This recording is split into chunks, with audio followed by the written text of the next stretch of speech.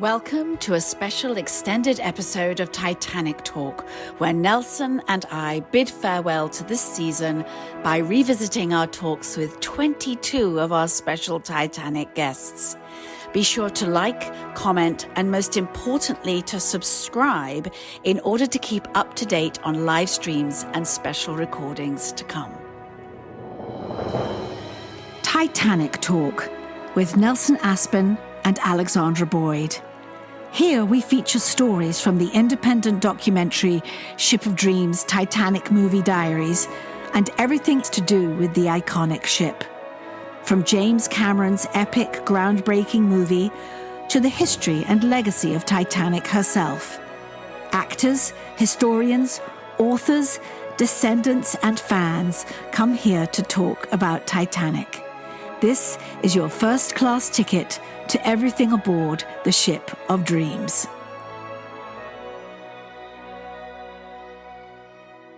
I'm Nelson Aspin, and I'm so glad we had this time together. It's a bittersweet day as we wrap up season 2 of Titanic Talk, and my glorious co-host Alexandra Boyd and I are going to look back at some of our fondest memories from season 2. Good afternoon, Alexandra. Well, it's morning for me, actually, because remember, we have been juggling time zones since October or before. That's been one of the most challenging things, but we've managed to do it. We've managed to pin down our guests in wherever they are in the world. I was just looking through the list, and not only the geography. It's impressive. It's very impressive. We've been to Mastic Beach. We were in London. We were in, California. We were just all over the place, and the time zones are rarely our own time zones, so we're usually juggling at 3 time zones. And you mentioned Mastic Beach, and that was our first episode of season 2, was a live broadcast from the Mastic Beach Film Festival with your friend who played Trudy in James Cameron's Titanic. Amy Guyper. Amy Guyper is a professor there, and also organizer, curator. What do you call somebody who runs a film festival? She's part of the Mastic Beach Mini Film Festival, and they screened my film, Ship of Dreams, Titanic Movie Diaries, in which she features and in which you feature. And they did a fantastic live Q&A. They projected us up onto the screen, and people from the audience got to ask questions, which was really special and touching to me, because you understand after all that work how people respond to your film. It was really lovely to kick off the season in that way. I'm absolutely fascinated by the journals. Could you say a lot more about how the journaling happened? Because I think that's absolutely incredible that somebody realizes that this event is something that you should keep a journal of, because down the road, you're going to want to know your feelings at that time. Mm-hmm. So could you talk some more about them? Oh, Judy, you've just given me chills, actually. You've just given me chills, because I know, for one, Amy kept a journal while she was on set. You can tell, because there's pages and pages and pages, and we had to cherry pick some of the best stories, because a lot of diaries they can be day to day, so they can be quite mundane about day to day. But what happened was, I knew Amy had kept a journal, I knew another actor had, and I was like, why don't we all write this down? Look at it this way: we're like the Munchkins on the Wizard of Oz. Mm-hmm. Like, what was it like? Listening to Judy Garland sing, Somewhere Over the Rainbow live on set, just being there. We don't have those accounts. We, I think, are those supporting actors, and we all had an extraordinary experience of auditioning or showing up on set first time, or being in that tank, or being on that poop deck, or working with Kate and Leo and James Cameron. Please write them down, and 27 people did. Indeed. And we should say to folks listening or watching this right now that we're doing this wrap up of season 2 in case you missed an episode or haven't caught up at all with season 2. So to be able to pique your interest, to go back and have a listen or revisit a favorite episode in case you forgot about it. And yes, Trudy and her company there in Mastic Beach were terrific. That was really exciting, and a nice way to do a live event, and then to follow that immediately with the next episode with another star of the film Titanic, one of your colleagues from your James Cameron days. And we should say that there was some colorful language with Craig Kelly, and that audience discretion is advised. Yeah, Craig, what a I character. rocked up in Mexico with this little goatee, and he was with John Landau, is it, the producer? And I basically interrupted them. I said, Jim, can I have a word? And he went, what? I said, Jim, can I have a quick word? He said, about what? I said, it's about your script. And he went, right. So he came up and he said, what about the script? I said, well, I mean, it's lovely and everything, but it's a little broad. All it says about my character, and I need more, mate, is enter Harold Bride, 21, junior wireless operator. I went, what am I supposed to do with that? Quick as a flash, he went, he's an Edwardian cyberpunk. Yeah, Craig, what a character, and hasn't changed one bit since 1996.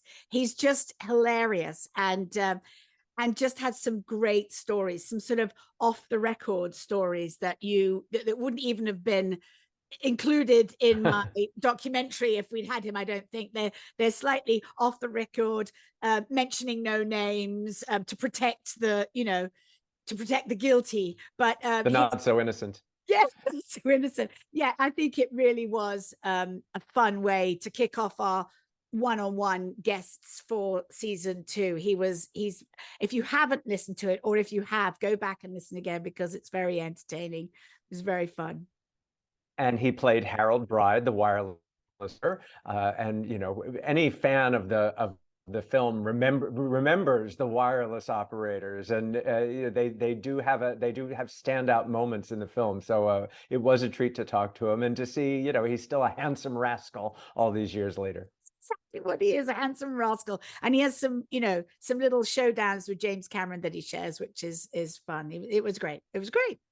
It wouldn't be anything without the Titaniacs, because then from there we went to the Carganilla family, who have become like family to us. We've had the pleasure of getting to know Paul, who has his own Cove podcast and is intimately involved with the Titanic Book Club and hosting events on the Queen Mary, and he's quite a life force himself with his talented wife, and to have them, we had Paul and Everly in that episode, and that child is extraordinary. He has the villain, being who he is, just wants full power and to take over the world, and that seems pretty cool, right? Right. Yeah. But he's actually doing something that he shouldn't do. So, to him, the good guy is actually the bad guy. Right. The good guy, the bad guy. Yeah, you get the idea. So, yeah. And Paul, your hero is whom? That's right, Cal Hockley, of course. We were having this discussion about how every villain is the hero of his own film, and I thought, how fun would it be to explore, because there's so many discussions you could have about how awful Rose was to everyone in her life until she met Jack, and I thought it would be fun to explore Cal's story, why he is the way he is. You start with the flashbacks to childhood kind of a thing, and we see how his father treated women, and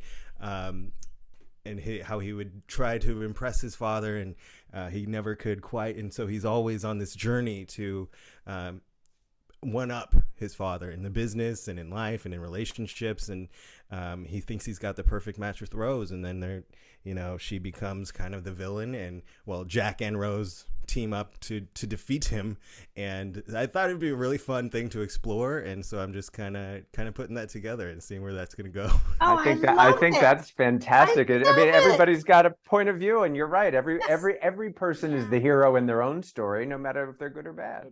Boy, they're an exquisite family, and it's funny about Paul and Noah. I was watching some commercial, and it was a car commercial, as I recall, and the kid was in the back seat, and the kid was adorable, and then they panned to the parents in the front seat, and I'm like, hold the phone.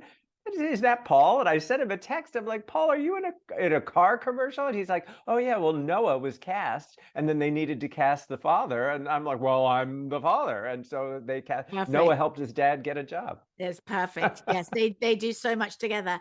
And also, I know we're going to talk about it in a bit, but on our live episode anniversary, the anniversary, Jamie sang a song for us that brought everybody to tears. So it's definitely, and you should follow them, because every time she's in a beautiful, acoustically perfect environment, she will burst into song and just be so beautiful. She'll be in a tunnel, or she'll be on a walkway on the Queen Mary, and she'll be like, I'm going to sing, and you don't stop her because it's so beautiful.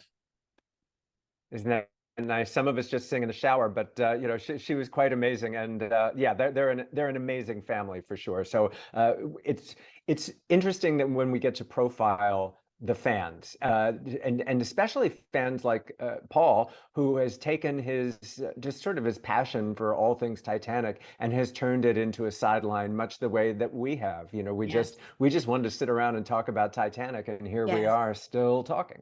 Yes, still talking. Okay, who's next? And that led us to another fan, Joshua Noble.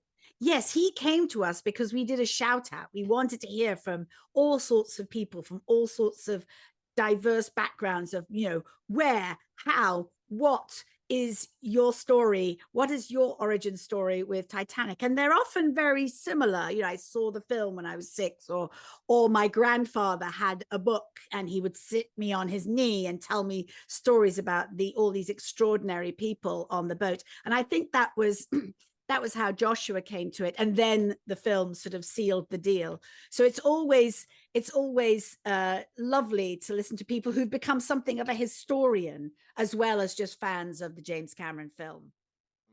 Well, there's also Alfred Rush, and he's an interesting one. He was a third-class passenger. He was traveling with the Goldsmith family. And when I was about 11 or 12, I read his story in one of the children's books. And he was 15, he turned 16 on April 14th, the day of the sinking. And for his birthday, he was given trousers because at that time it was seen as a rite of passage, or, you know, becoming a man to get trousers.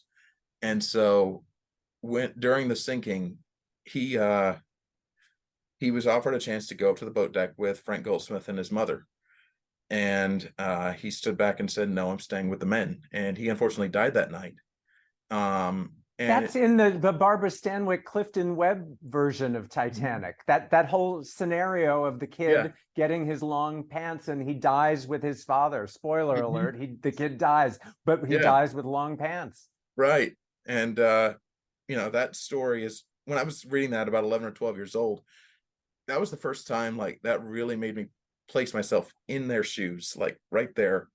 And his stories always struck a chord with me. And we find this almost every podcast episode of Titanic Talk. We find people taking their passion or just even their casual interest, but taking it to the next level. And that's so heartening. And the next episode was something I had been personally fascinated by, because I have friends in the TV business who are meteorologists. And I always thought it would be fun to do an episode about the weather conditions on the night that the Titanic hit the iceberg, because we always hear the stories about it was as calm as a mill pond, or, you know, what was the position of the stars or the moon, or the temperature, and all these factors.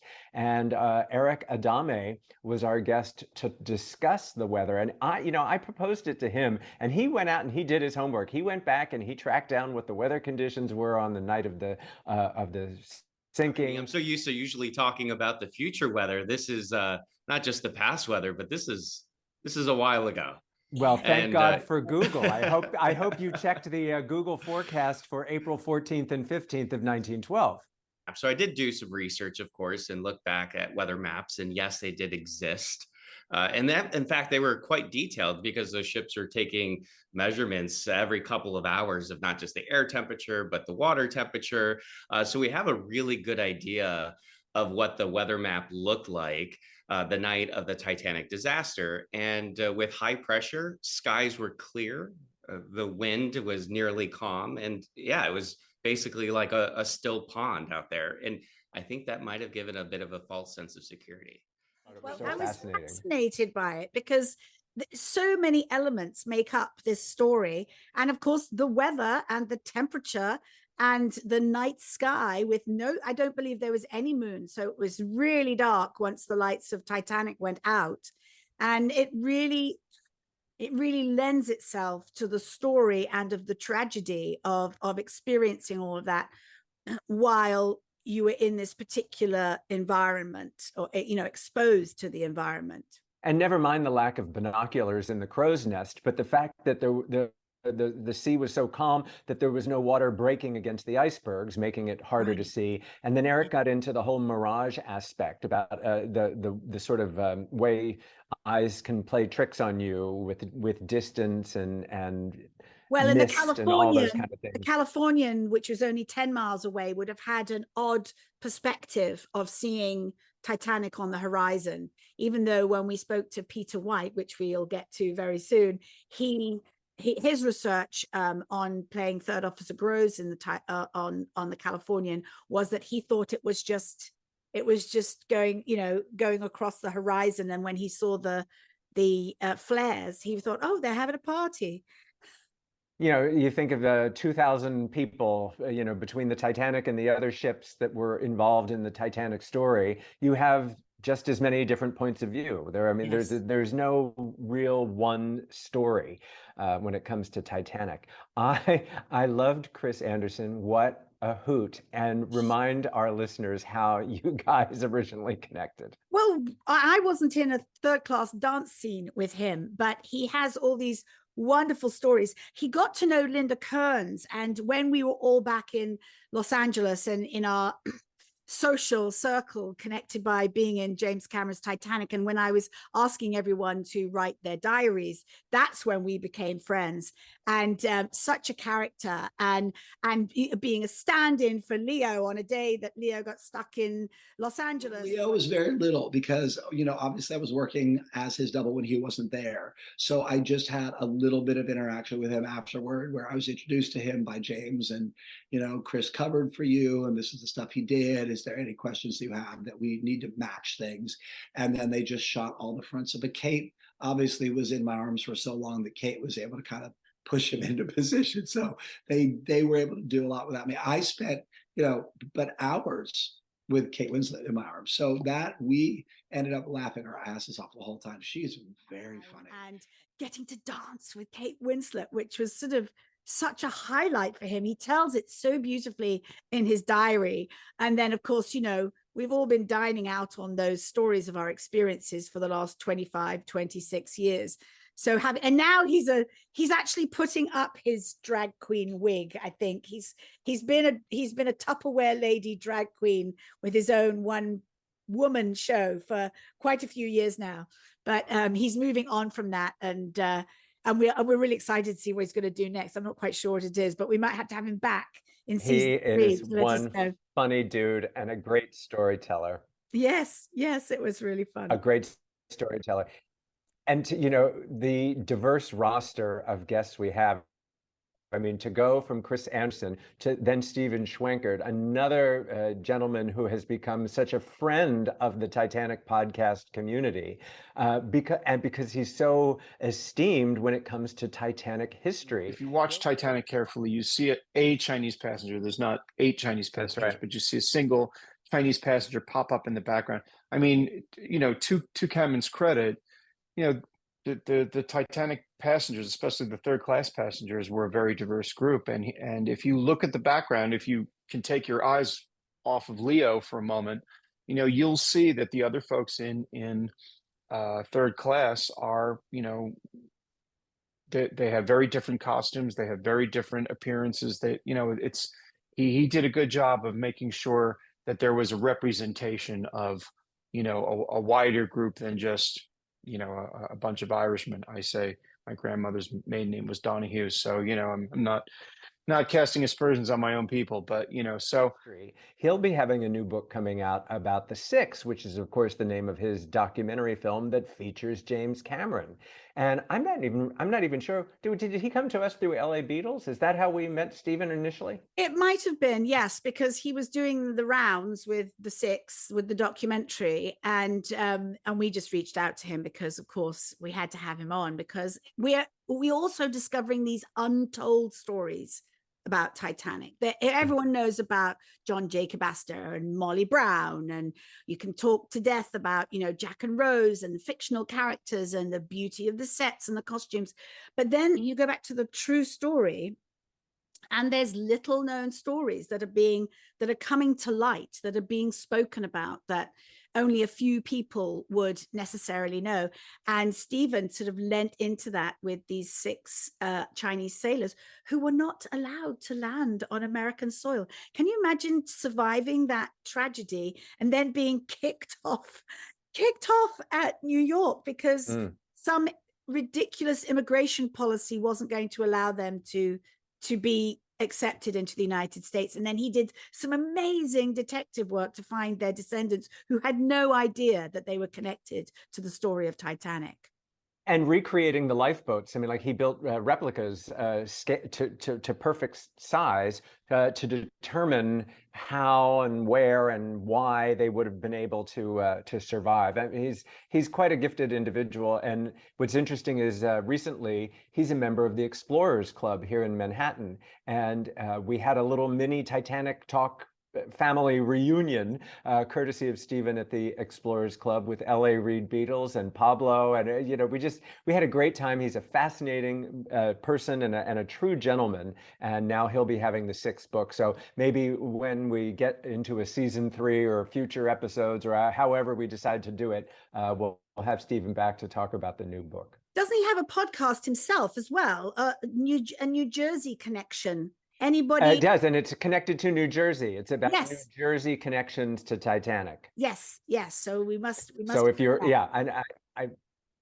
Google New Jersey Titanic, Stephen Schwankert. There you go. And he's incredibly brilliant fellow. And then another co-star of yours from the 1997 Titanic film, Peter White, and you have, of course, his diaries. Yes, he's in Ship of Dreams, and he was actually the first person I asked to sit down and read his diary back in 2017, I think, or 18. I was like, I need to get this rolling. Wow. I need to at least, and we sat down in the offices at Spotlight with a young man who is a cameraman who works. Spotlight is where a lot of auditions happen in central London. It's a sort of hub of actors and auditions and casting and so forth. And this young cameraman was like, I'll shoot it. And little did I know he was the first Titaniac I really met. He had put all the deleted scenes back in the film himself, and he would do private screenings and stuff. Oh, wow. Yes. He anyway, that was Nick. And so we sat Peter down and he read his diary and I asked him a few questions. We actually ended up reshooting it in his house. He's moved back to London. And then another long shot with me looking out over a sea of icebergs. So it was all done. We filmed it at 3 a.m. Was sort of the only people on set. It was Russell Carpenter, Linda Hamilton, James Cameron, and other crew, and Adam Barker and myself. So it was fantastic. And at the end, Linda Hamilton went, "Oh wow, you were great, guys! Oh my god!" It was splendid. And then we were whisked back to the hotel, had breakfast, and then taken to the airport. And remind our viewers the name of his character in Titanic who did not survive the cutting room floor. He did not. He played Third Officer Groves of the Californian. So it's fascinating in the documentary and in his podcast to listen to him tell the story of the real character that he played, which is always so gripping. And every actor that I've met that played a real person really dug deep into finding out about who they were playing and what their part was in the tragedy. And Peter was no less than that. He also was, along with Craig Kelly, there were a few drunken episodes at the Real Del Mar that he shared. an incident with a golf cart, and they forgot that I was in the back. They were both so drunk. I was in that scene in real life, but anyway, there's very that should be a movie in itself. Yeah, there's the behind the scenes of the behind the scenes of the behind the scenes, what happened in a golf cart in Mexico. It's always fun. And Peter and his wife Victoria over the years have been, when I was back in London as well, tried and true, long lifetime friends. So it was really lovely to reconnect with him in that way. He's really interesting to talk to, and you talk about longtime friends, and we've made longtime friends through Titanic Talk, and one of them is Veronica, who is absolutely one of the most adorable people that we haven't met her in person yet, but we've met her through the podcast. May as well have done. Her yes. books. But I'd like to tell people to think of ways to keep things simple. If you want to acknowledge the Titanic foods and stories, you can do things like have a cheese assortment that is the same cheese assortment that they had every day for lunch in first class. It was the same one on all the menus that I've seen for lunch. So you could do things like that. For complicated, I would say I wasn't real thrilled with how my sauce turned out for the salmon on Thursday night. It's separated. Was that the mousseline? Is that what that what it was called? Yes. Yeah. And the mousseline sauce is like hollandaise sauce, but there's a difference. It's basically the same as hollandaise sauce, only with whipped cream, fresh whipped cream, folded in. Okay, mixed in. No, that's way too many variables for me. Yep. And you have to separate eggs. Yeah. And, I can barely fold a shirt, let alone folding it into a recipe. Yeah, so I would say after Thursday night's experience, I would probably not want to do that again anytime too soon. Her Titanic cookbooks, which are exquisitely produced. I haven't made any of the recipes yet, but there was that one with the aspic. I do have a box of Jell-O just waiting for me to try the aspic recipe. But she's got a Harry Potter cookbook. I mean, she's great. She's not only very innovative and clever, but she is absolutely adorable. And if anybody were to host a Titanic-themed dinner party, I would want her to be in charge. She was great talent. Yes, she was. And it's really fun to follow her food journeys, because, food, I'm always in. If it's a new recipe I can try, I'm always interested in what people come up with or what they've researched. And I don't want to mispronounce it, but I think her surname is Hinke. Is it Hinke? Is that correct? Am I saying it correctly? I don't think I've ever said it. Maybe Veronica Hinke. I want to encourage people to check out her books. But you can go back to any of these podcasts and see them and enjoy the conversations. Now, here's a name I will definitely slaughter, but he was one of our most clicked on podcasts. Can you pronounce it correctly? Evgueni Mlodnik. Evgueni. We called him Yev. He was allowed. God bless you. Yes.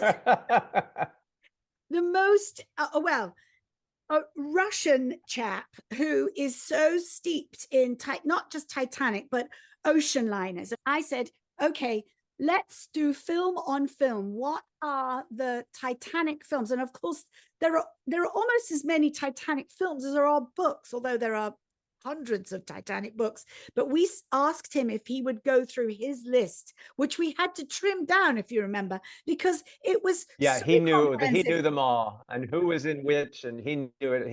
He was like Rotten Tomatoes. He had everything chronicled from the beginning. So it started with 3 films, like early '96 is when we started, like when all the buzz started happening around James Cameron's filming in Mexico. It started, we started with Danielle Steele's No Greater Love. Danielle Steele, she's a successful romance novel I bought writer. the book because the Titanic was on the book cover. Exactly. The book, it's kind of and the book actually is pretty good. There's a good 100-page chunk of it is about the Titanic, like the first act of the book. However, the movie doesn't really have the budget or the time to give it justice. So the basic premise is, which is actually a rehash of at least 3 other Danielle Steele romance novels. A young woman, very privileged, very wealthy, her life is upended by a major historical cataclysm. And what happens afterwards is that she's stuck raising a bunch of little ungrateful little kids while like progressing through like a series of increasingly bland lovers until she realizes her family is the true love and passion of her life. And the only thing that changes in those books are it can be either Titanic, Russian Revolution, World War I, World War II, pick. So I learned so much. And of course, you know, he has his own personal take on everything and performances and how close they were to the true story and how stuff was made up. And it was just, if you're a film fan, which I'm imagining listening to us right now, you will be in some shape or form, you must listen to that episode, because we barely scratched the surface of his knowledge of Titanic movies. It was really interesting. And again, one of those podcasts where I came to it thinking I knew enough about Titanic movies. I'm a filmmaker, but I learned so much. Learned so much from Park Stevenson too, who is borderline royalty within the Titanic community. I mean, I felt like, wow, we're so lucky to get to be able to speak with Parks, and I learned so much from him as an explorer and scientist, and just all around general fascinating Renaissance man. My experience with OceanGate was they approached me early on to be one of their Titanic experts, and when I saw the design of their submersible, I turned them down because I had concerns about its basic design.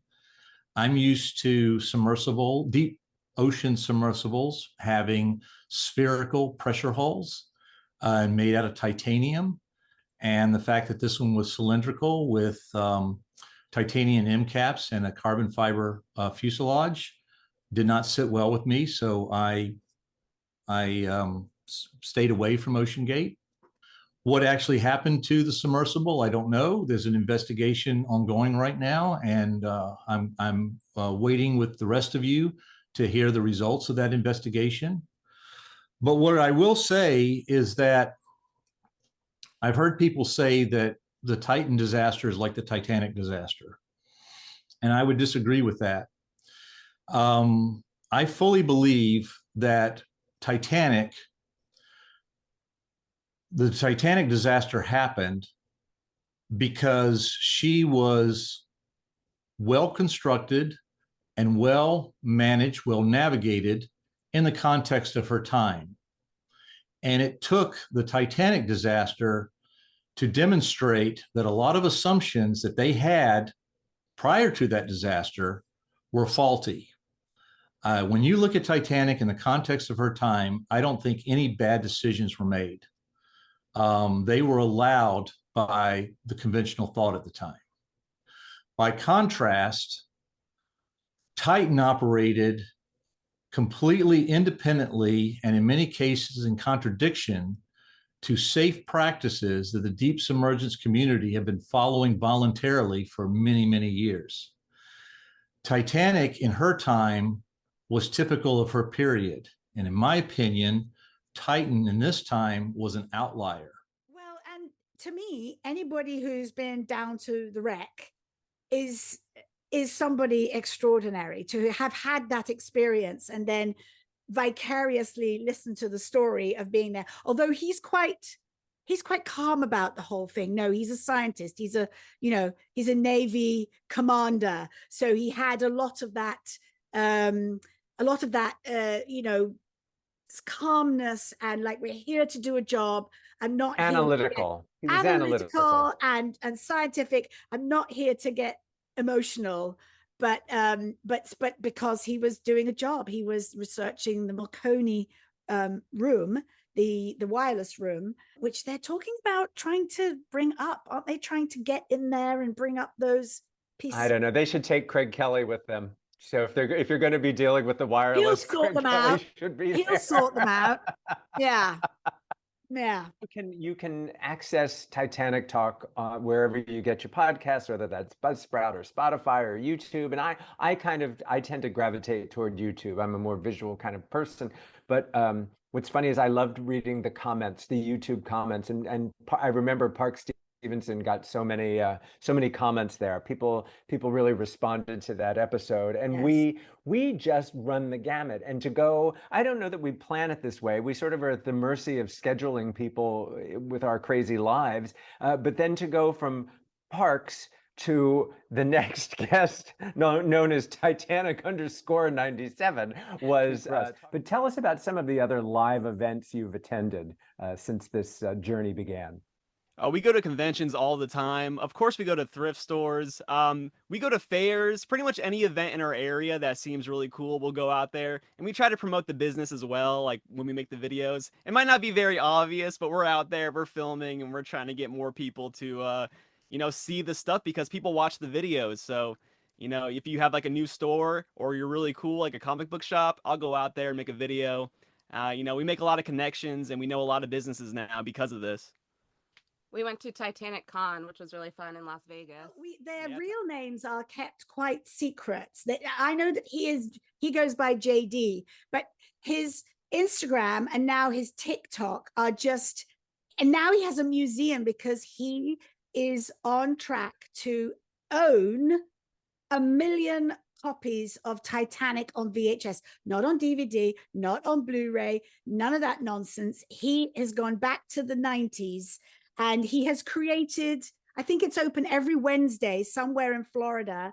And people bring him their double cassette of Titanic. And he's approaching 300,000 copies now, I think. I haven't quite caught up with him and his lovely partner, who is Ms. Titanic, and they go to all the conventions and they came to the screening of Titanic Movie Diaries. They for the Los Angeles premiere when we were there, they came and they brought their Leo mannequin that accompanies them, that has become a viral TikTok star itself.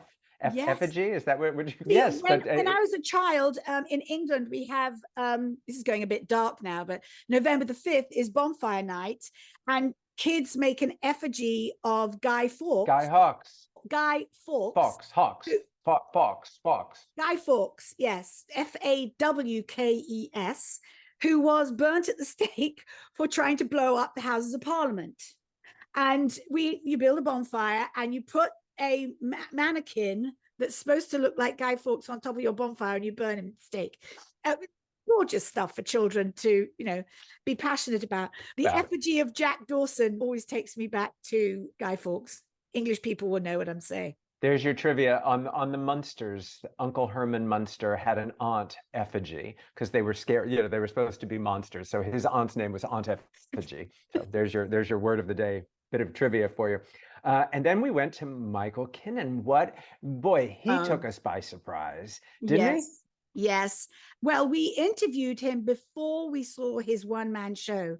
And then since then, we've seen him perform the entire James Cameron's Titanic, all the parts. Because the experience of being with an audience is so undervalued, I think.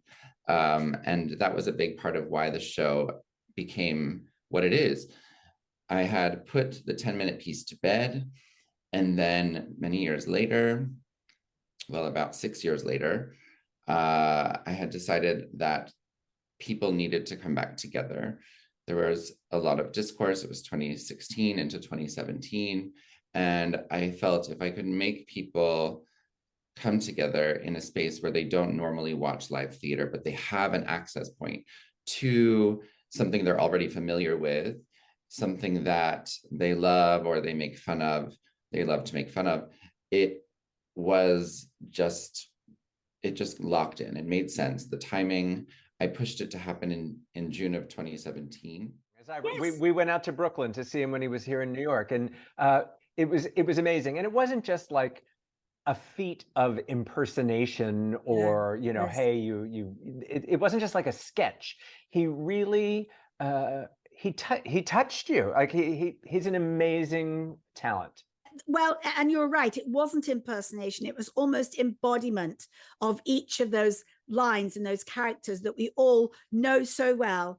And I was sitting there with you and Pablo and my friend Patrick and Matt Flanders, who originally helped me get my audition for Titanic. And there were moments when we were moved to tears, and moments when honestly I cannot remember laughing so hard in a theater. And that to me is what theater is about. His is like Ship of Dreams, Titanic Movie Diaries is a love letter to the film through the actors.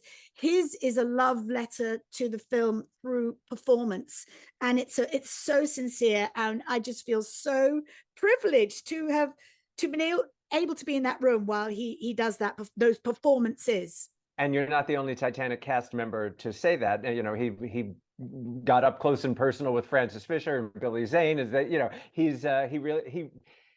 to be able to touch people like that. And, you know, we've had the creator and star in season 1 from Titanic, the phenomenally successful off-Broadway musical. And so, you know, it would be easy to say, oh, well, this must be like Titanic, some sort of spoof, some sort of comedy, and it's not. It's Michael's called Never show Let Go is as well. We need to plug the Never name, Let Never Go. Let Go. So, and it's yes, I think he will never be able to let it go, because somebody will be inviting him to perform it somewhere. It goes through him like a stick of rock, the Titanic, and it's very evident when you speak to him and when you see him perform. That was a real treat.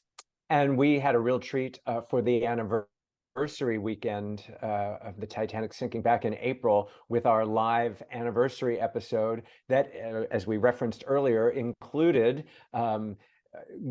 your friends Judy and Ellen from Titanic Movie Diaries, the Titanic royalty historian par excellence, Don Lynch, and then Paul Carganilla and his wife, who sang a beautiful interpretation of, you know, in memoriam for the lives lost. I mean, that was an incredible episode. Well, I wrote down where in the world everybody was that day. That was the most exciting thing to me.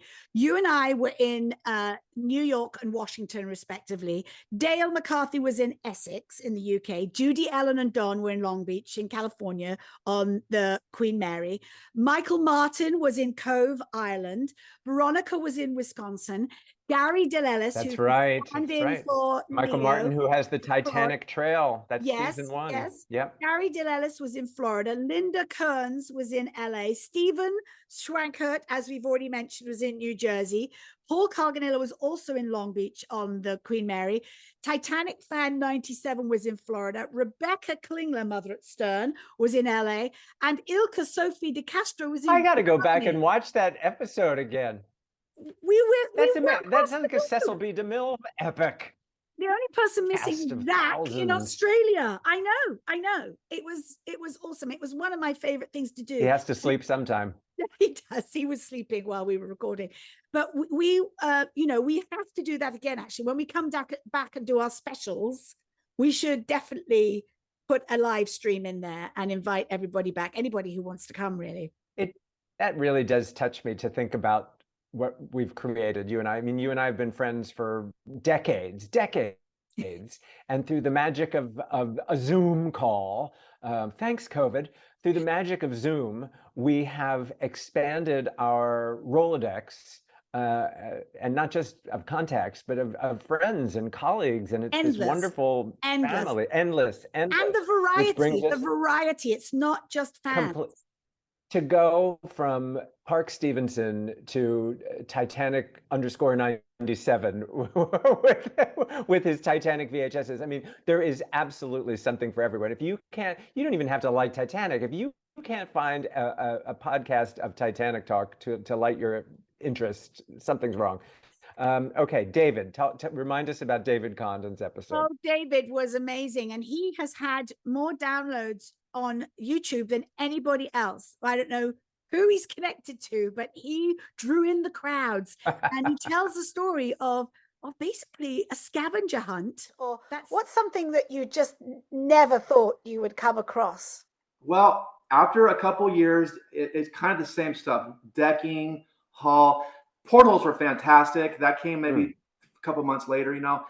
So it's kind of always the same stuff, hull and just kind of the wood and just all those things. And so it was never anything really unique. I would say half the time I go there, I lived in Vegas at the time. It was a long drive, and I'd get there and guy wouldn't be there, wouldn't show up. So I struck out, got 0, right? One time, probably a year into this thing, I get there. My guy pulls up in a truck. And he's got this unbelievable stained glass window. I was beside myself. Couldn't believe it. Just a beautiful 7 or 8 feet tall, totally intact stained glass window. It was out in the smoking room, and that was probably my best piece I ever got. Did you sell it or did you keep it? I kept it for a while. And you know, things are slow. They all have a price. Everything has a price. After filming of Titanic wrapped in Rosarito Beach in Mexico, and he was going around people's houses and businesses going, that's a porthole from the Titanic set. I'll give you some money for that. No, don't. It's my window. It's my door. If you take that paneling down, my whole workshop will fall down. I'll go to Home Depot and I'll replace it. I mean, again, an angle on Titanic that we never thought. And he was doing that before the movie really became a sensation. He was a dumpster diver. Basically, he was a dumpster diver. Yes, a little bit like me collecting diaries. He was like, I'm going to collect handrails and decking and portholes and absolutely fascinating. I mean, an origin story like nobody else. I was initially, for sure, and I was thinking, all right, well, he's got one thing, Titanic related that we'll talk about, and the whole recording flew by, and he was so engaging, and talk about Southern California. I mean, he looks like he just got off of a surfboard, just this smiling, charismatic surfer dude so much who heart. just lit up the podcast, and people responded with all those clicks. So that was great. It was and then some of the podcasters that appeared in Titanic Movie Diaries came on next, and we feel very close to them. Oh, Brittany and Ethan with James Cameron's Titanic scene by scene. Well, I think first of all, it's just one of those movies where there's just so much. And I think we had talked about it as of recently, like when we came back from our break. I feel like we just got a little better at it, kind of, just because taking that time away, I don't know, I feel like we kind of or at least maybe I don't know, sort of just grew up a little bit with my process, I guess. But I was always a big heavy note taker with the podcast. I have a whole, what's it called? I got it right. Oh yeah, she writes a lot of notes. My whole notebook, color coordinated, indexed, color coordinated. That's your PhD. That's your dissertation. Yeah, it's a dissertation and color coded and highlighted. And these are my PhD students, or Brittany at least, with her notes in her book that's this thick. They have gone through over a period of time, actually, because they had a break, and I dragged them out of retirement to be in the documentary, because to so closely go through every frame of that film in the way they do, between Ethan's film knowledge and her passion for the film, it really is an extraordinary podcast to listen to. I'm bereft now because they got to the end of the movie, and I don't have anything to listen to while I'm chopping vegetables of an evening making dinner, because that was my favorite thing to listen to. And if you even have watched the movie once or 10 times or 100 times or 1,000 times, and you know who you are, you have to listen to this podcast, because I've kind of joined in the middle. I now need to go right back to the beginning and listen all the way through again, because it's fascinating. I mean, I hope James Cameron is out there somewhere listening to the way people respond to your work like that. It must be just wonderful to hear. Yeah, they do not miss a trick. And that was followed by, I hear the angels singing now. We are not worthy, we are not worthy. A childhood hero of mine, Don Lynch, who, I mean, if it hadn't been for Don Lynch and Ken Marshall's book on Titanic, James Cameron might never have made the film. And he relied so vitally on Don and Ken's expertise with words and images. It was your to copy. create It his was film. your copy of that book that I was drawn to, of all the stuff you gave me, the videos and Night to Remember and the books and everything. And that was the one that, because I'm a visual person. So between Ken's illustrations and Don's knowledge, it was the perfect Bible to work from. And it's that copy that James Cameron was holding when I met him the first time. It had all the pages torn out, and there were pages dog-eared and stuff for reference. But and when I told Don that, he was like, that's such a great story. Of course, he plays a small part in the film, so he's gone down in film history as well as in exploration and authorship history. It was, what a treat. Yes. Yeah. Well, there's always some quest. There's always, things pop up every so often. For years we thought 3 dogs had survived. Now we think there might have been a 4th, and that's something, whether you can track that down or not, I'm not sure. We still try to figure out who left in which lifeboat. There are still people out there, we don't know whatever happened to them. There, a handful of maybe 10 people. They got off the Carpathia and eventually disappeared. And obviously somebody knows what happened to them, but they maybe had a very common name. Again, never spoke about it. So it just kind of, maybe didn't have a lot of family. And so there's just, there's different avenues to still pursue. You can kind of, pick a topic every so often and just really dig into it. But, as the years go by, there's more and more, especially since the movie, there are so many experts out there, and people who think they're experts, but people actually do, knuckle down and maybe will pick one topic. And for example, they'll pick maybe just one of the officers and devote their time to just completely researching that person or something. And then other people will study the breakup of the ship, or, somebody will study how. There's no way to be interested in Titanic without coming across Don Lynch's work. He is the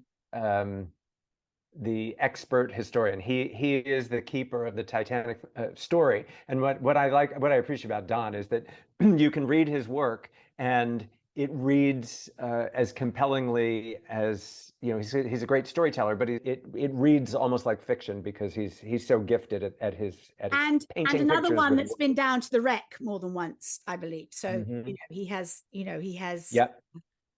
He has all the He's forever in our clutches. Yes. He was great. Forever in our clutches. Yes. And then now, a gentleman that I met through you, when you met him back in the 90s in Titanic time, and he's such a recognizable character in the Cameron film, your friend Mark Capri. Mark Capri, who gets a bloody nose from Rose in the corridor. Everybody knows him. And also people who know that he's also in Star Wars, in the first or second Star Wars. I can't remember. Empire Strikes Back, something like that. And in your documentary.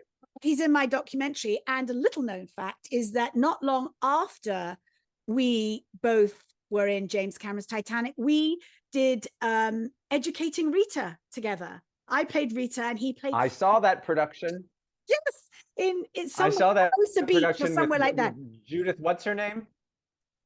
What was her name? No, that was soap another opera one. The old actress? bloke. No, there was only 2 of us in Educating Rita. You're thinking of Orson Shadow, which I was in. You know what? Orson But Welles. that's right.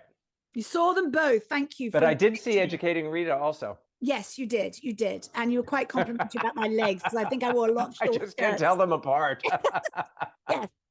They all meld into one. That Alexandra Boyd. I've gotten so old, I can't remember what show I saw you in. Oh, yes. Didn't I see you in a silent movie at one point? Anyway, that's how old we are. Yes, but Mark but now the new generation coming. Or not, but this little scene was written at the very last minute.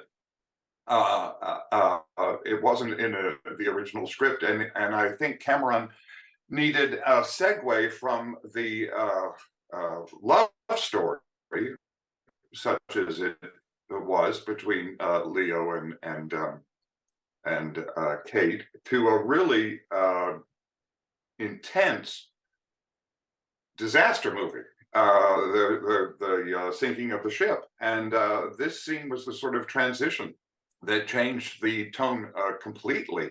And this little character I played is not a joke. He's having a panic moment, and it sets the tone for the rest of the movie. So I think that's why people remember it, is because the movie's different from that scene on. It was an intense couple of days down there in Rosarita Beach. I went down on the morning of the night that it shot. So I flew down to Mexico with another actor, and we auditioned for James Cameron on the set of in Rosarita Beach, and the audition was just run the scene as best we could, making the lines up, apart from the last line, which was scripted, but the rest of it was ad-libbed. So myself and the other actor ad-libbed with Kate, who was a total sweetheart to work with both of us. I had known her before because we had some mutual friends in London, and so we did the scene, and literally competition was exactly one other actor, and at the end of it, Cameron came up and put his hand on my shoulder, which meant you've got the part. He didn't say the words, he just put his hand on my shoulder. So Kate gave me a big hug, and I went to work, and the other actor was given another part, so it wasn't a waste of time for him. Well, but Mark is also a distinguished theatre actor. He'll show up in a movie, if he's free and make a bit of cash. He was great friends with Alan Rickman, who everybody will remember from Harry Potter and Die Hard and those sorts of films. But he would go back to London. I think he trained with Alan at RADA. So he's one of our theatre royalty who happened to step into a memorable role in Titanic. So it was lovely to hear about his provenance and his career, such as it is, which is even the most sophisticated actor and graduate of RADA can still stuff a bloody sponge up their nose to take a swipe 40 from Kate times. Winslet. Yes. So we revisited food, and much like I think that was interesting about the weather when we talked to Erick Adame about the weather on the night of the Titanic sinking, talking to Max Miller about the food of the Titanic, and he's a real food TV star. I mean, his YouTube show is enormously popular, and his books, and I mean everything, to discuss the menu on Titanic and get a real sort of cultural perspective. It wasn't necessarily recipes and recreating the food. It was really about the culture of food. So I actually got into Titanic via modeling. I loved model ships growing up. Oh, I thought you were like Tyra Banks kind of model. Yes. That would have been the. I was like, well, Max, no, I don't know how tall you are, ships. but you certainly could be a model. Yeah. No, model ships. I love these model ships. And one day when I went to one of the stores, they had a 3-foot Titanic, and I was like, oh my gosh, that's so cool. And I remember getting it for Christmas. It's like one of those few Christmas gifts that I just vividly remember. And in the booklet about how to put together the model, they had tons of history. And by the next Christmas, I think I had every single book that had ever been written on the Titanic. I had watched, every version of A Night to Remember 1,000 times. And that's just kind of how I got into it. He said he's basically only scratched the surface, or should I say tip of the iceberg. I say that far too much. But he says he needs to revisit the food on Titanic because he's done quite a bit. But, there's so much. And he doesn't just talk about first class food, but third class food and, the differences between and the kind of food that we might still be eating today, or adaptations of that food. It's again food and is culture, the way we eat, the things we eat, the things that are available to us to eat, and what was available to eat on Titanic, even by third class standards, I think was pretty nice for a lot of people. And he was just a charming guy to talk to, and he had his Yeah. cat in the background, and we just like your pugs. Can you hear my pug snoring? I don't hear them snoring, and Okay. Following up on Max's conversation about food, then we spoke to Stephen Ujifusa, who wrote one of my favorite books that I've read this year, The Last Ships from Hamburg. about the second exodus, and basically the trade of immigration, the wave that all these liners, including Titanic, were relying on the immigrant trade. You wouldn't have the luxury of first class unless you had the third class, all the people paying to get to the United States. Yeah, well, this is very common in the shipping business, whether in the age of sail or in this era of steam. It happened among British families. It happened among the Hamburg elite shipping families who I write about in other sections of my book. I mean, Ismay's father was Thomas Ismay, who was your classic bootstrapping, hard-knuckle businessman. He basically bought the bankrupt White Star Line in the 1860s for nothing, for £1,000, and he partnered with a gentleman named Gustav Christian Schwabe, who was actually a converted Jew from Hamburg.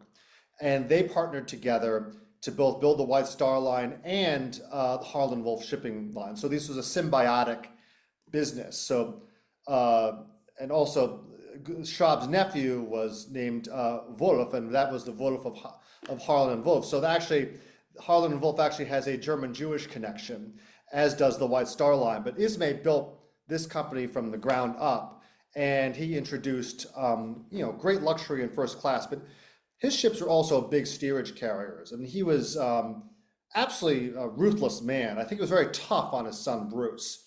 Bruce went to Harrow School, which is the same school that Winston Churchill went to, but instead of going on to college, I think Ismay was a sort of classic guy. I was like, you want to go to college and skylark your time away? No, you're going to come work for me. You're going to learn the real. You're not going to be some spoiled brat. You're going to come work for me right away.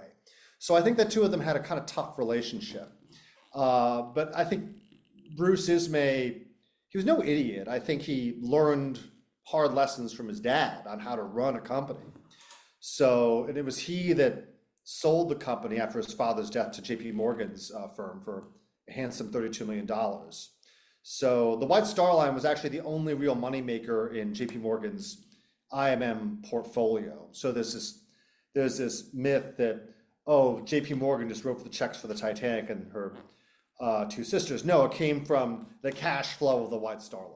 One of the things I thought was so interesting was that there was kosher food available for the Jewish passengers on Titanic, although the first class Jewish passengers, someone like Guggenheim or the Strausses, were not so concerned, according to him, about having kosher food per se. But I really, what a learned historian, esteemed gentleman. I was really delighted. Yeah, I'm working on my own Titanic book at the moment, and he really inspired me. And as I've been, my book is not it's not a history book. It's a novel, but he inspired me to make sure just getting those little details so right, that he personally really inspired me. Well, and it's a nod also to the expanse of ocean liners and sea travel, and that's lost to us now. You think of a cruise line now, it's just a whole bunch of people all shoved onto a boat. I remember when my mum came to visit me in Los Angeles with her friend Muriel, and we were like, should we go and you want to go and see the Queen Mary because it's docked at Long Beach? And my mum was like, no, been on it. And Muriel's like, no, my mum emigrated when she was 16 with her family to South Africa, and they went on the Queen Mary. Like, we've been on it. We've actually, back in the day when people didn't just hop on an airplane or it's too expensive, you took a boat. So they were not impressed at all. It's funny. I mean, it's interesting, the reputations that ships have now. Some people perceive them as just sort of floating buffets or casinos, and yet, or just maybe a floating spa. We're taking a holiday in early 2025 we're taking a yacht cruise. And that is specifically for pampering. But then also I've worked cruises as a singer and as an author and as a speaker, and that can be really stimulating and life enriching. So there's something for everyone, and it's just another way to travel. And Yes. just as we all know from flying, there are better ways to fly than others. Yes. That's how it goes. Who do we have next? Lloyd Burr, my colleague he was the host of the AM show in New Zealand, and I was their entertainment correspondent for many years, and Lloyd was the host. And it came up on the air one day. Of course, I was mentioning something about Titanic. I don't remember what it was, because I do manage to work the Ship of Dreams into almost any conversation. And Lloyd's co-host revealed that he was a Titaniac. I told him about the word yak. She outed Lloyd as a Titaniac, and so it was fun to chat with him and see his wall of Titanic memorabilia.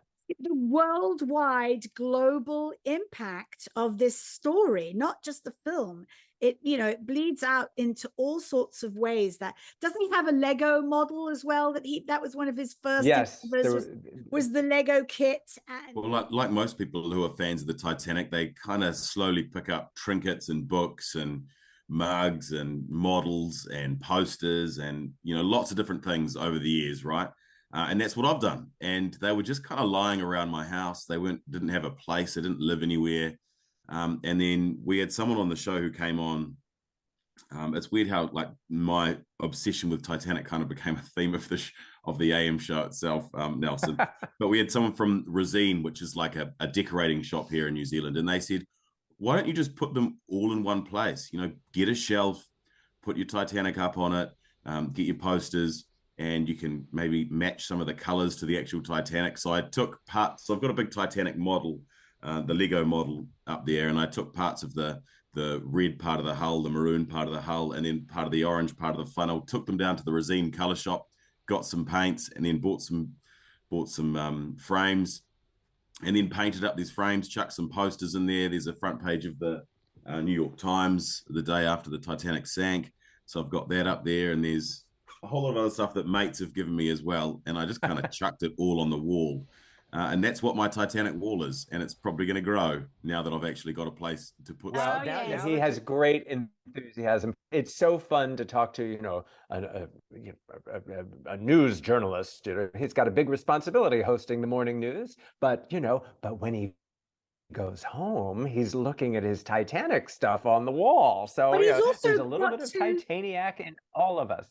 And he also has been able to meet James Cameron, who lives in New Zealand now. So there've been a couple of events where he's sort of bumped into him and fanboyed him a bit. He said I was a bit silly when I yelled out at him, like and anyway, all these stories, you have to go back and listen to them, and he has great yarns. He has great yarns. And then and that was followed up, which I thought was, I don't know where I came across it. Maybe it was YouTube or somewhere, about these vials of perfume that had been brought up from Titanic on one of the dives, and that they preserved all the original fragrance that they would have had from the days of Titanic. And we found the young woman who is a perfume expert that I'd seen this YouTube video on, and started researching, and I came across the story of Adolf Saalfeld, and he was a first-class passenger aboard the Titanic. He was a German Jew-born immigrant, and he was a chemist, and he was the chairman of a chemistry and distillery company.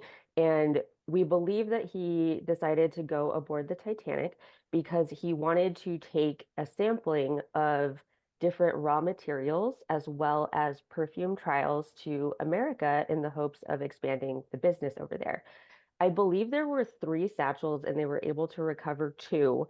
One of them actually fell out of the, whatever that machine is that takes debris from the Titanic debris field up to the surface. So at that point, you know, the perfumes had been on the bottom of the ocean for about 90-ish years.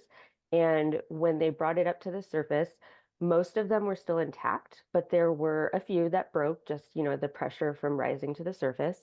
And what was so interesting, and you can watch this video, is the researchers who were in the room where it happened, they were so moved by it, because normally when you're recovering things from the Titanic, there's, you know, the really the old water, mildew, like all that, you know, the death sense. And so all of a sudden the room was filled with the scent of flowers. And that was, you know, after 90 years being on the floor of the ocean. And it was this visceral reaction for the people that were in the room. And like I said, Boy, she was interesting, and she told us that she knew the whole history of the perfumier, the man who made the fragrances, who Yes. was on board the ship, who did survive the sinking, but was you know, forever tarred by the brush of surviving. Oh, you're a first class man, survived. And his Shame on perfumes you. Kind of didn't that. survive. He was coming over to New York to sell these essences, these single perfume vials, and you know, which end up being mixed together to create, you know, a perfume as we know it. And the other really lovely caveat to that story is that she lives in Seattle, across the sound from me, and tomorrow we are going to the Titanic Tomorrow in Seattle. Yes, so I'm going to. Oh my God, what perfume are you going to wear? What perfume are you going to wear? I'm going to find one in her shop, because I'm going to go to her shop first. I'm going to give myself a little squirt, and then I'm going to go to the Titanic exhibition. I'm sure there is a Titanic eau de cologne or eau de parfum that was released in 2012 for the 100-year commemoration anniversary. Do me a favor, send me a letter, spray a little on a card or something, and send me the card so I can smell it too. Yes, of course. That would be fun. Speaking of the, you know, we talk about, oh, Erick Adame and the weather, Max Miller and Veronica Hinke about the food. Jen was so fascinating to talk about the fragrances of the day. We talked about men's fragrances from that era, women's fragrances from that era, and she's quite a scientist. So it was really interesting. That is a cool episode to check out. You might think, oh, well, what do I care about the perfume on the Titanic? No, it's a bigger story. It's the story of the man who brought it. It's the story of how they retrieved it, and the scientists that first smelled these fragrances that hadn't been smelled in over a century. A really fascinating episode to me. And she, as I mentioned, she has her own shop in Seattle where she will create a perfume just for you. So Immortal Perfumes, it's called. So get all the details by going back to that episode and finding out all her links. And then, drum roll please, we finished up season 2 with an episode that ran over and could have run over and could have been a 6-part episode, because this guy, Van Ling, your buddy Van Ling, has a zillion stories, and all of them are highly entertaining. Well, because in the filmmaker world, he really emphasized and played out for me what it takes to be a filmmaker. And he set his sights on James Cameron when Jim came to speak at USC when he was at film school. From that, he took the initiative and made himself known to Galen Hurd and James Cameron at the time. They had just done Aliens, which was highly successful. And he'll tell. Well, yeah, because visual effects in those days meant motion control and optical printers, which we generally didn't have access to. But could we build models? Could people build models? Sure. Could people, do small things? Absolutely. In my case, I decided to kind of go big, and I built a 7.5-foot costume. Since it was for Halloween, I built a 7.5-foot costume with rotating light on the top, and I motorized the claws so that they could. And I built it so the elbows would bend and the whole thing. There was no video back then. There was no ability to watch the film over and over again. All I had was photos from Starlog magazine and watching the movie. And he'll tell the story of building a Halloween costume of a power loader and stuff. And the side that changed his career. It changed the trajectory of his entire life. A Halloween costume. And I have introduced to him by email my editor, Mike Mishko, who's edited almost everything I've made so far, because he doesn't just edit, he does the VFX, he does the colorizing and everything. And on my ghost story, Widow's Walk in particular, gave me all sorts of little caveats and little tropes that we could put in. So I'm like, well, Van should meet Mike because they're, similar. And Mikey, without a beat, said, when I was in high school, I heard that there was a young VFX guy who made a power loader Halloween costume and showed up at Lightstorm. And that made me go, well, if he could do it, I'm going to do it. And they turned their whole sixth form common room into an aliens spacescape. And they even made like a, you know, one of the wow. What are those things called that got John hurt? Where there's spidery things. He said, your story, your inspiring story inspired me to go, I don't know anybody in the film industry, but if I keep going and if I keep stepping one foot in front of the other, I can do it. And look at him now. It's the stories are so connected. As you say that, Alexandra, you're giving us the perfect way to wrap up this season 2 wrap up, because one thing that we repeatedly learn over and over again through these dozens and dozens of podcasts that we have generated, thanks to your documentary, which started the whole ball rolling, is who can you inspire? Every single guest that we have had has been inspired by something to get to the Titanic. Somehow or another, everybody has this connection to Titanic because they were inspired by something. And I think that's what we should leave our audience with in this, is what can you do to inspire somebody? You listeners, go out there. We all know how we have been inspired. Now it's time to pay it forward and go inspire somebody else. I love that. I do love that, because, and you've mentioned it more than once too, that out of this tragedy has grown so much creativity or safety measures at sea or authorship and art and everything. It's never ending, and it keeps coming around and it keeps cycling. And here we are, you know, still talking about what was essentially, you know, the 9/11 of the early 20th century, and still be, as you said, being inspired by it. I was inspired to gather those actors and make my own version of homage, not just to James Cameron's film, but to the people who lost their lives and the inspiration that it has brought to all of us. I love that. Well, we've given everybody all these tools, all this trivia, all this fodder, interesting information. So then it'll come up easily in any conversation you have. Hey, did you know about this? Share something you've learned from Titanic Talk with a friend. Go back, turn them on to an old podcast, a favorite podcast. And as always, please let us know your thoughts, comment through the Titanic Talk podcast Instagram page. Or all of season 1 is now on a Patreon page. And for a tiny, tiny amount of money, just to keep our lights on, we are, you can go there and you can go back to all of these episodes. You can just listen to the recordings, or you can watch the video versions. That's the place now to keep your Titanic talk all in one place. Yeah, for less than a Starbucks. I mean, it's much less. You know, just where's the go Starbucks get it all. coffee now? Much less. And tastier. Much tastier. And tastier too. All right.